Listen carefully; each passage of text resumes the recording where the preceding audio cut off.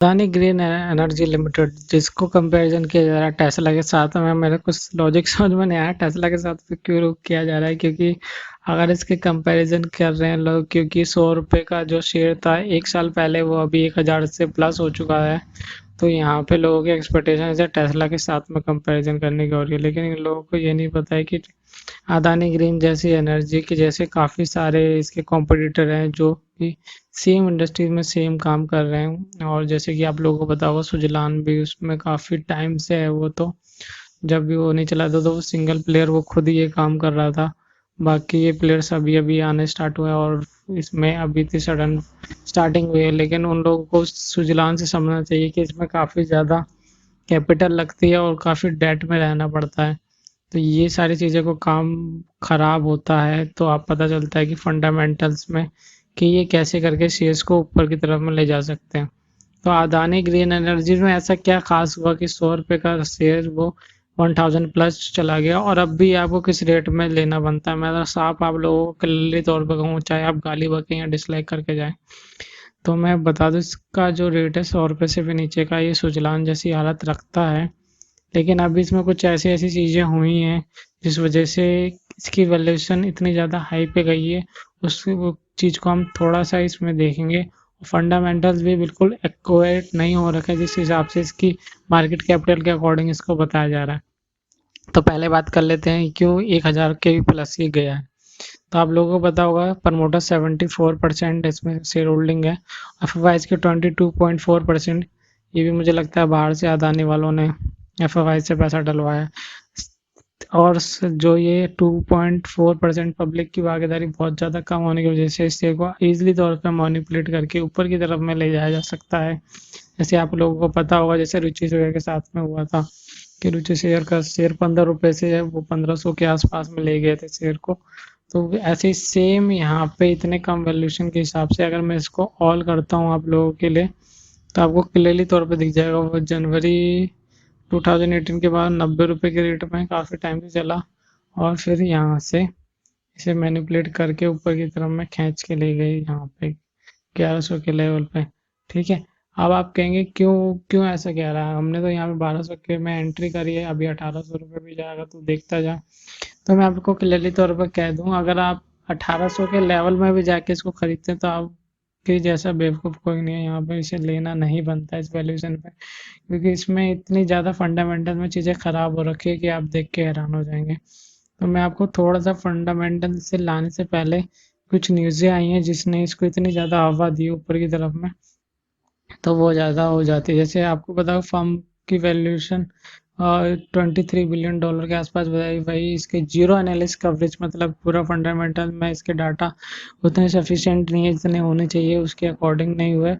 और यहाँ पे MSCI के बारे में बताया गया, जैसे आप लोगों को नहीं बताया, ये Morgan Stanley capital international index होता है, एक इमर्जिंग मार्केट इंडेक्स है। वहाँ पे जिसको एंट्री मिली है तो उससे काफ़ी लोग खुश हो रहे हैं कि हाँ भाई देखो ऐसी चीज़ें हुई है। लेकिन आपको पता होगा ग्रेफाइट इंडिया के साथ भी ऐसे ही हुआ था, उसी को भी इसके ऊपर में ले जाया जा गया था।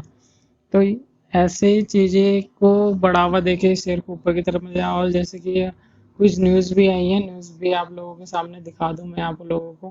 पहले न्यूज़ के बेसिस पे करते हैं फिर फंडामेंटल्स पे आएंगे। तो अदानी ग्रीन ने एक जो उनके पास में प्लान था कंप्लीट कर लिया, 1300 मेगावाट का है हाइब्रिड प्रोजेक्ट जो था विंड और सोलर को मिला के उन्होंने ये प्रोजेक्ट को पूरा करा और काफ़ी पॉजिटिव रिस्पांस मिला। लेकिन अभी एक चीज़ और ख़राब होती हुई इनके सामने आई, वो भी चीज़ आप लोगों को दिखा दूँ।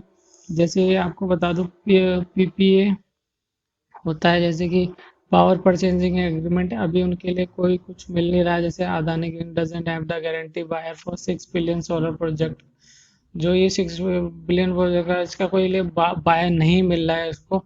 तो यहाँ पे भी काम इसका ख़राब हो सकता है। तो अगर इसको अच्छी तरह से न्यूट्रलाइज कर सकते हैं तो फिर भी इसके मतलब फंडामेंटल थोड़ा बहुत ही ठीक होंगे। उस हिसाब से नहीं कह सकता कि हाँ भाई एकदम से बिल्कुल ठीक ठीक हो जाएंगे, लेकिन क्योंकि आप देख के चलेंगे जब इसके फंडामेंटल्स में आके तो काफ़ी ज़्यादा काम खराब हो रखा है। तो मैं पहले सीधा सिंपल पे लेके आता हूँ आप लोगों को, इससे आपको आसानी पड़ जाए कि कैसे करके काम खराब हुआ है शेयर में। और जिस हिसाब से के वैल्यूएशन बढ़ा चढ़ा के दिखाए जा रहे हैं वो बहुत ज़्यादा ही है। जैसे आपको बताओ मार्केट कैपिटल 1,56,000 करोड़ के आसपास में दिखाया जा रहा है। फाइनेंशियल्स में आ गया हूँ मैं, वहीं आपको इनकम स्टेटमेंट दिखा देता हूँ। सेल्स बिल्कुल वैसे ही जिंदा रहने के लिए कंपनी को की जा रही है सारी चीज़ें, और देख रहे जैसे सेल्स भी अच्छी खासी बढ़ी है, क्योंकि अभी दिखाया जा रहा था कि जैसे कि उसको प्रोजेक्ट मिले वो उनको पूरे करें और सब चीज़ें ठीक हुई हैं। लेकिन सबसे बड़ी बात ये आती है, जैसे सुजलान की भी बात कर लें, वो भी अपना सेल्स और सारी चीज़ें मेंटेन करके रखती है, लेकिन फिर भी उसके बावजूद भी चीज़ें उसके साथ में क्या हुई, वो अभी शेयर काफ़ी 25 रुपये से भी नीचे रुपये का रेट है, 25 रुपये के रेट को वो क्रॉस ही नहीं कर पा रहा है, क्योंकि इसके ऊपर इतना ज़्यादा डेट हो रखा है कि उस वजह से वो ऊपर की तरफ में खींच ही नहीं पा रहा है। शेयर कैपिटल जैसे आप लोगों को मैंने बता दिया, और रिजर्व सरप्लस आपको पता ही होगा कितना है, 800 के आसपास में है, वो भी नेगेटिव में, और इसकी लाइबिलिटीज़ काफ़ी ज़्यादा बढ़ गई है यहाँ पे 15,000 करोड़ का, और एसेट ठीक है उसके अकॉर्डिंग, लेकिन फिर भी एक पॉजिटिव रूप में मैं इस शेयर को नहीं देख रहा हूँ। इसकी वैल्यूएशन बहुत ज़्यादा है और उसको आपको मैं इधर लेके आना चाहता हूँ। देखिए जैसे कि बता रहे थे, यहाँ वैल्यूएशन के मैं देख रहा था, तो यहाँ पे बिल्कुल इनसफिशिएंट डाटा दिखाया गया है, और पी रेशियो को 8,368% टाइम्स दिखाया गया है, जो कि बहुत बहुत ज़्यादा है शेयर प्राइस को अगर देखा जाए यहाँ पे। वही इसकी मैं फाइनेंशियल हेल्थ में आता हूँ, मैं आप लोगों को दिखाता हूँ एसेट के मुकाबले लाइबिलिटीज़ का है, वो बिल्कुल ऑसमोल बराबर में है। तो यहाँ पे भी काम ज़्यादा ख़राब होता है, क्योंकि इतने ज़्यादा करने पे भी इसको फ़ायदा नहीं मिलेगा। अगर एसेट को अगर लाइबिलिटीज से कंपेयर की जाए तो बिल्कुल कुछ बचेगा ही नहीं कंपनी के पास में, तो ये ज़्यादातर ख़राब करेगा इसके लिए।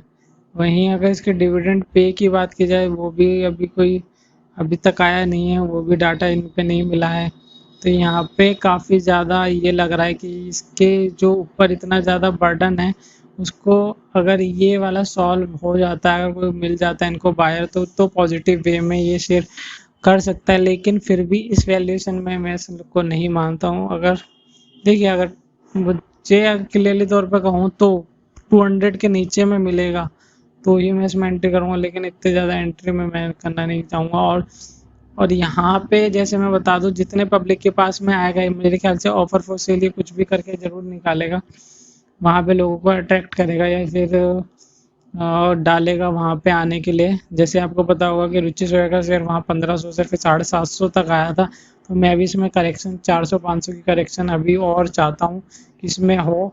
और फिर भी इस शेयर में एंट्री करने के बजाय मैं दूसरे शेयर में एंट्री करने के सोचूंगा, जैसे कापुलथुरा शेयर, पावर शेयर के बारे में बताया मैंने, वहाँ पे वो भी शेयर काफ़ी अच्छा, तो उसमें एंट्री करी जा सकती है। लेकिन अदानी ग्रीन में कुछ चीज़ें क्लियर नहीं हो रखी है, तो यहाँ पे इतनी हाई वैल्यूएशन के साथ में ऊपर गया और कुछ पॉजिटिव वाइब नहीं आती, तो इसमें एंट्री करने के लिए मेरी अवॉइड ही रहेगी आप लोगों से।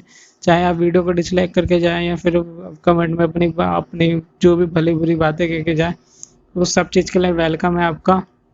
लेकिन मेरे को अवेयर करना था आप लोगों को कि इसमें इतनी हाई वैल्यूएशन में ना फंसे हो, क्योंकि अगर आप फंस जाएंगे तो आपकी कैपिटल फंस जाती है और काफ़ी ज़्यादा टाइम के लिए आप वहीं पे फंस के ले। लेकिन लोगों को पता है क्या है, जैसे अगर इसमें 1200 के लेवल में भी एंट्री कर ली और ये 900 के लेवल पे भी चल रहा है, तो लोग फिर भी इसमें बने रहते हैं, सोचते हैं कि इस वैल्यूएशन से ऊपर आ जाए, 700-800 आ जाता है, तो फिर वहाँ पे एवरेज करने की सोचते हैं, तो वो ज़्यादा काम खराब कर देता है लोगों का। फिर उसमें काफ़ी टाइम के लिए फंस जाते हैं और वो फिर पता चलता है कि वो इसी रेट में घूम के रह जाता है काफ़ी टाइम के लिए, तो काम खराब ही है। जब तक कुछ भी क्लियर पिक्चर नहीं होती, तो उसमें लंबे बिट लगाना या फिर इतना ज़्यादा रिस्क लेना आंख बंद करके, वो ज़्यादा काम खराब कर देता है आप लोगों के लिए। तो मेरी अवॉइड ही रहेगी आप लोगों के, इसमें ज़्यादा लॉन्ग पोजीशन ना ही बनाए तो ठीक रहेगा आपके लिए। मानता हूँ रेवेन्यू एनर्जी में बहुत अच्छा काम कर रही है, लेकिन इसकी इतनी ज़्यादा वैल्यूएशन में ये शेयर लेना नहीं सही बनता है। और जैसे आप लोगों का solar power, wind power, hybrid power दोनों को मिलाकर सोलर पार्क ऑपरेशन एक्सीलेंस, ये सारी चीज़ें कर रही हैं, लेकिन इतनी ज़्यादा कैपेसिटी में, मतलब आप शेयर प्राइस को नहीं इसमें ले सकते हैं आंख बंद करके कि हाँ भाई ये बिल्कुल टेस्ला ही बन जाएगा पूरी तरह से। इसके और भी कॉम्पिटिटर है जिसको अच्छी खासी टक्कर दे रहे हैं, जैसे मैं आप लोगों को इनके कॉम्पिटिटर के बारे में भी दिखा देता हूँ, तो वहाँ पे आपको क्लियरली पिक्चर दिख जाएगी कि हाँ भाई जिसके इनके साथ में डील कर रहे हैं, तो यहाँ पे इनको तगड़ा कंपटीशन मिल सकता है। देखिए आप देख रहे हो अदानी ग्रीन पूरा मार्केट लीडर बना हुआ है अभी कैपिटल के तौर पे, जिस हिसाब से इसकी इतनी हाई वैल्यूएशन है। भाई सीमेंस काफ़ी अच्छा है इसमें, और एबीबी की बात की जाए तो वो भी नहीं, उसमें नहीं जाना चाहूँगा। और भारत हैवी इलेक्ट्रिकल लिमिटेड में जाना चाहेंगे, क्योंकि वहाँ पे बेनिफिट ये रहेगा क्योंकि वो गवर्नमेंट अंडरटेकिंग है और वहाँ पे काफ़ी पॉजिटिव वे में काम हो सकता है अगर वहाँ पे वो अच्छा खासा जनरेट करती है। तो ओवरऑल हम जैसे कॉमन पीपल को बेनिफिट होगा, क्योंकि वैसी कंपनी कैश क्रंच करके इजीली तौर पे दे रही है और अच्छा सपोर्ट कर रही है। तो ये था थोड़ा सा रिपोर्ट मेरी तरफ से। अगर आपको लगता है कि कुछ पॉइंट में से छूट गए हैं तो मुझे ज़रूर बताइएगा, मैं वहाँ पे उसे पिन ज़रूर करूँगा। और अगर कोई क्वेश्चन है इससे रिलेटेड तो मुझे ज़रूर पूछिएगा, मैं वहाँ पे आपकी हेल्प करने की पूरी कोशिश करूँगा। मिलता हूँ आपसे नेक्स्ट वीडियो में।